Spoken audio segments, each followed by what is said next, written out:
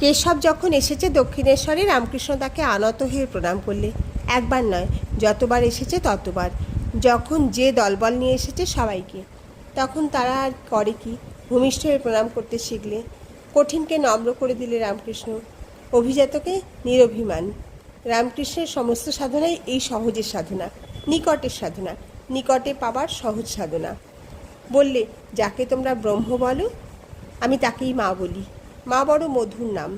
আমি ঈশ্বর বুঝি না, আমি আমার মাকে বুঝি। মাকে ডাকি। আর কে আছে না আছে কে জানে, আমি আছি আর আমার মা আছে। ঈশ্বরের ঐশ্বর্যের আমি তত্ত্ব করি, আমার সাধ্য কি? আমার মা আছে, এই আমার পরম ঐশ্বর্য। বিজয়কৃষ্ণ গোস্বামী ব্রাহ্ম সমাজের পদ্ধতি অনুসারে বেদিতে বসে উপাসনা করছে, কিন্তু ঈশ্বরকে ডাকছে মা মা বলে। তুমি তাকে মা মা বলে প্রার্থনা করছিলে, এ খুব ভালো, এ খুব ভালো। বিজয়কৃষ্ণকে বললে রামকৃষ্ণ, কথায় বলে বাপের চেয়ে মায়ের টান বেশি। মায়ের ওপর জোর চলে, বাপের ওপর চলে না।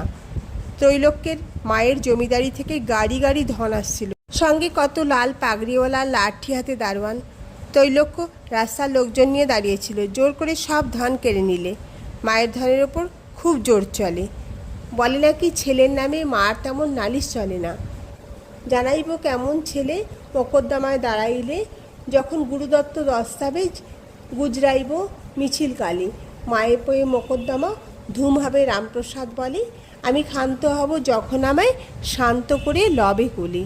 মা কতক্ষণ মামলা চালাবে, কতক্ষণ মুখ ভার করে থাকবে, কখন নিজেই একসময় বাহু মেলে নেবে কোলের মধ্যে। আমাদের শাস্ত্রে ঈশ্বরকে আমরা পিতা বলে কল্পনা করেছি। পিতা হচ্ছে সৃষ্টিকর্তা, লালনকর্তা, রক্ষণকর্তা।